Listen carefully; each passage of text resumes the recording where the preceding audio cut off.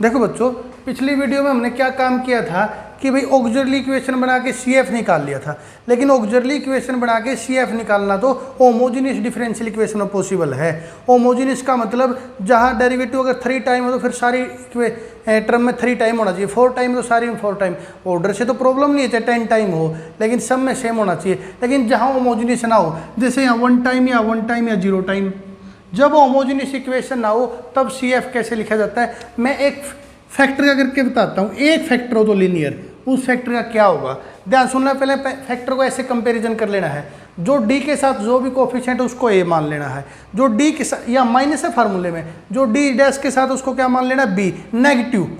Negative याद रखना है, यानी कि D डैश के साथ 2 हो तो B की वैल्यू कितनी होगी, -2, और माइनस का 2 हो तो क्या होगी, प्लस का 2, और जो कॉन्स्टेंट टर्म उसको क्या मान लियो C। तो इसके नाम का जो CF का फैक्टर आएगा वो आएगा E की पावर। सुनते रहना बच्चों, मैं सारे पॉसिबल केस डिस्कस कर दूंगा आपके सामने एक बारी। आप बुक में रट्टे मारते मर जाओगे, लेकिन आपको समझ में नहीं आएगा और याद नहीं रहेंगे एग्जाम टाइम तक। जो मैं तरीका बता रहा हूँ ऐसे याद कर लेना, कभी नहीं भूलोगे। E की पावर में ऊपर लेना C, भाई कंपेरिजन करके ABC तो निकाल लोगे ना आप, ठीक है। C के बाय में A, ठीक है। दूसरी चॉइस में मैं साथ में लिख रहा हूँ E की पावर C बाय में B भी ले सकते हो। ध्यान से सुनना, E की पावर में C बाय A भी लिख सकते हो। E की सबसे पहले बच्चों ये तो आना चाहिए आपने A B C क्या है। मैं फिर बोल रहा हूँ, आपने एक लीनियर फैक्टर कर दिया, जो D का कोफिशिएंट है वो A है, जो D डैश का है नेगेटिव याद रखना, माइनस को हटाकर, यानी कि अगर 2 है तो -2 और माइनस का 2 है तो प्लस का 2, तो जो D डैश के साथ नेगेटिव हो गया है वो -B, और कॉन्स्टेंट माइनस का याद रखना इसमें भी, वो क्या हो गया C। तो दो चॉइस आपकी, एक A by C by A भी लिख सकते हो और C बाय B भी लिख सकते हो, वो आपकी मर्जी है, जो उनसी चॉइस आपको अच्छी लगे लिख सकते हो, कोई प्रॉब्लम नहीं, ठीक है। फिर फंक्शन लिखना आर्बिट्रेरी। इसमें एक याद रखना है, अगर C बाय B लिखो तो माइनस का निशान मत भूल जाना, C बाय A लिखो तो नो प्रॉब्लम, लेकिन C बाय B लिखो तो निशान किसका आएगा, माइनस का। इसके इंटू में x आएगा, क्योंकि C बाय A लिखा है, एक इसका कोफिशिएंट था D का, D किसका डेरिवेटिव होता है x का, इंटू में क्या आएगा x, और C बाय B लिख दिया तो इंटू में क्या आएगा y। चेंज समझ में आ गया बच्चों, ठीक है। दोबारा सुन लो ताकि आगे समझाने से पहले मैं दोबारा अच्छे से याद करवा दूं। ये कोफिशिएंट कंपेयर करने आने चाहिए जरूर आपने, ये जरूर आ भी गए होंगे उम्मीद करता हूँ, ठीक है। उसके बाद E की पावर में लिखना आपने, E की पावर में C तो ऊपर आएगा, दोनों में C की तो कोई प्रॉब्लम नहीं।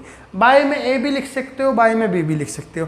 पहली बात तो याद रखनी है, अगर बाय में B लिखोगे तो नेगेटिव साइन आएगा, ठीक है। ये नेगेटिव नहीं, ये तो अलग कंपेरिजन कर लिया, फिर फार्मूला जब आंसर लिखेंगे उस टाइम भी नेगेटिव आएगा, ठीक है, माइनस लिख लिया। फिर अगर बाय में A लिखोगे तो इंटू में x, और बाय में B लिखोगे तो इंटू में y, ठीक है, समझ में आ गया होगा, ओके। फिर φ1 कोई भी आर्बिट्रेरी फंक्शन, φ1 φ2 φ3, 3 है तो ψ1 ψ2 ψ3 f g h, नाम कुछ भी देख सकते हो, फंक्शन के नाम से कोई प्रॉब्लम नहीं है। ये आएगा आपका ay प्लस bx, ये भी ऐसे ही आएगा ay प्लस bx। ये दो आंसर पॉसिबल हैं, दोनों में से आप कुछ भी लिख सकते हो, आपकी मर्जी है। क्या प्रॉब्लम आएगी, कब कौन सा लिखना है, वो मैं आपको अच्छे से समझाऊंगा, ध्यान से सुन लो बच्चों। दोबारा एक बार फिर बता देता हूं मैं, ताकि बच्चों को याद हो जाए। C बाय A अगर लिखोगे इंटू मैक्स, क्योंकि ये D का कोफिशिएंट है, C बाय B लिखोगे तो माइनस का निशान इंटू में y, ये आएगा। अब क्या करते हैं, आप बुक पढ़ते हो, जीवनशन की बुक पढ़ते हो, जीवनशन की, देखो मैं उस पर्पज से मैथ नहीं करवा रहे आपको कि आप BSc केवल क्वेश्चन करो और आपको आ जाए। मैथ सीखो तो इस प्रकार से सीखो कि कहीं भी करना पड़ जाए आपको इजीली आ जाए। अब क्या करता है, कई बुक वाले यहाँ B लिख लेते हैं, यहाँ A लिख लेते हैं, ठीक बात है। A B नाम बदल दिया, A1 B1, कई बार नाम A1 B1 C1 आ गया, तो आप कंफ्यूज हो जाओगे। तो इन रट्टा क्यों मारते हो, देखो जो इस प्रकार से याद करो, कांस्टेंट टर्म में ऐसा ऊपर आती है, D का कोफिशिएंट लोगे तो इंटू में x होगा, D डैश का लोगे तो इंटू में y आएगा। ऐसे याद रखो ना, D का D डैश का, ताकि नाम कुछ भी आ जाए। अब सुनो, इसमें भी प्रॉब्लम हो जाती है, A B नाम बदलते बच्चा कल गलत कर देता है, तो याद रखना बच्चों, जो D का कोफिशिएंट उसके साथ y आएगा, सॉरी हाँ, जो D का कोफिशिएंट उसके साथ y और जो D डैश का उसके साथ x, दोनों चॉइस हैं, ये दोनों आंसर ठीक हैं, जो आपको अच्छा लगे लिख लेना। अब प्रॉब्लम क्या आएगी, प्रॉब्लम कई बार फैक्टर में B की वैल्यू 0 बन जाएगी, फिर आप ये वाला नहीं लिख सकते, क्योंकि B की वैल्यू 0 बन गई तो इन्फिनिटी बन जाएगा, ये वाला नहीं लिख सकते, फिर आपके पास एक की ऑप्शन बच जाएगी। और A की वैल्यू 0 बन गई तो ये वाला नहीं लिख सकते, फिर आपके पास दोनों, ये ऑप्शन बच जाएगी। तो बच्चे के माइंड में आएगा कि सर कौन सा लिखें। देखो अगर दोनों नॉन जीरो तो कौन सा भी लिखो, आपकी मर्जी है। लेकिन अगर बी जीरो है तो ये नहीं लिख सकते, यानी कि डी डैश का कोफिशिएंट जीरो है तो ये नहीं लिख सकते, और इसका कोफिशिएंट जीरो तो ये नहीं लिख सकते, ये लिखना पड़ेगा। अब कई बच्चे ऐसे होते हैं जो ज़्यादा एक्टिव होते हैं, समझदार बच्चे होते हैं, उनके माइंड में एक और क्वेश्चन आता है, पहले दोनों जीरो हो जाए तो बच्चे दोनों जीरो हो गए तो देखियो दोनों जीरो हो गए, डी भी खत्म डी डैश भी खत्म। जिस सवाल में ना डी ना डी डैश, फिर उसका सोल्व क्या करोगे? डिफरेंशियल इक्वेशन तो जब सोल्व होगी जब उसमें डेरिवेटिव होगा। डेरिवेटिव होने खातिर या तो डी डी डैश एक तो होना चाहिए, जब उसमें ना डी डैश डेरिवेटिव नहीं, जब उसमें डेरिवेटिव है ही नहीं तो सोल्व क्या करोगे? फिर तो कुछ नहीं करना, कुछ लिखने की जरूरत नहीं, सब कुछ सोल्यूशन हो जाएगा। ये आपको आना चाहिए, ठीक बात है।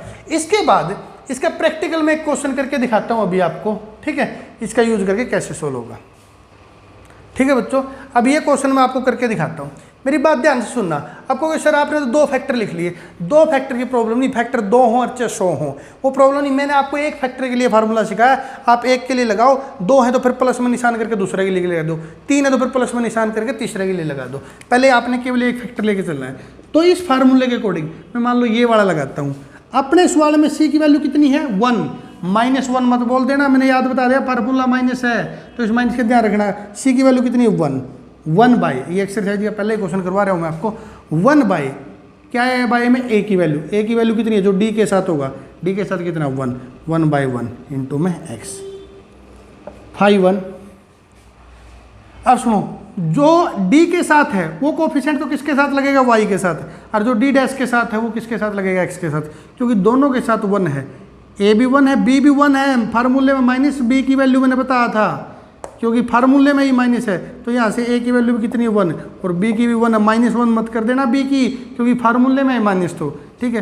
तो वाई के साथ ये, एक्स के साथ ये, तो बन गया वाई प्लस एक्स। एक फैक्टर का काम पूरा, तो प्लस का निशानी दूसरा कर दो।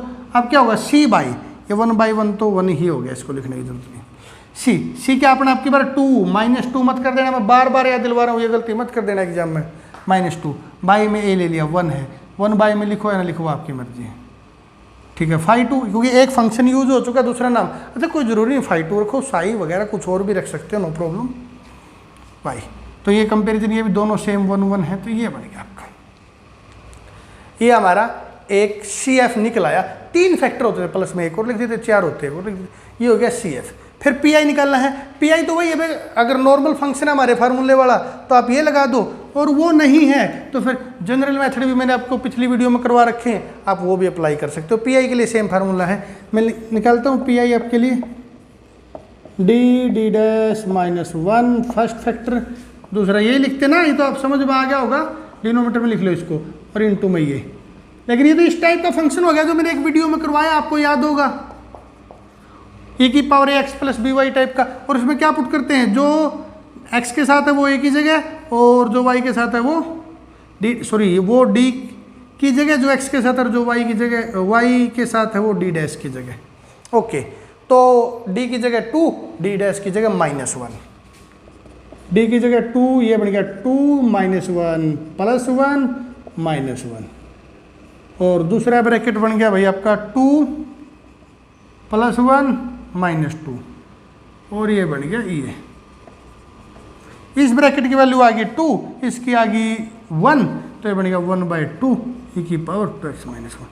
ये आ गया आपका पी आई। सी एफ मैंने पहले निकालना सिखा दिया, दोनों को फाइनल जोड़ दोगे तो आंसर आपका आ जाएगा। तो इस प्रकार आप उन पॉलिनोमियल को सोल्व कर सकते हो, किन डिफरेंशियल इक्वेशन को सोल्व कर सकते हो जो होमोजेनियस नहीं है, लेकिन उसके लिए आपने फैक्टर करने आने चाहिए। अगर आपकी अच्छी किस्मत है या कोई ऐसा क्वेश्चन आता है जिसके फैक्टर गिवन है, फिर तो कोई प्रॉब्लम नहीं, सबसे ईजी सवाल यही है। अगर फैक्टर नहीं दे रखे तो फिर फैक्टर आपने करने पड़ेंगे, उनकी एक ट्रिक भी होती है, और ट्रिक नहीं है तो फिर आप आइडिया लगाओ, उनके फैक्टर आपको करने पड़ेंगे। कुछ भी समझ में आया तो बता देना। Okay, thank you.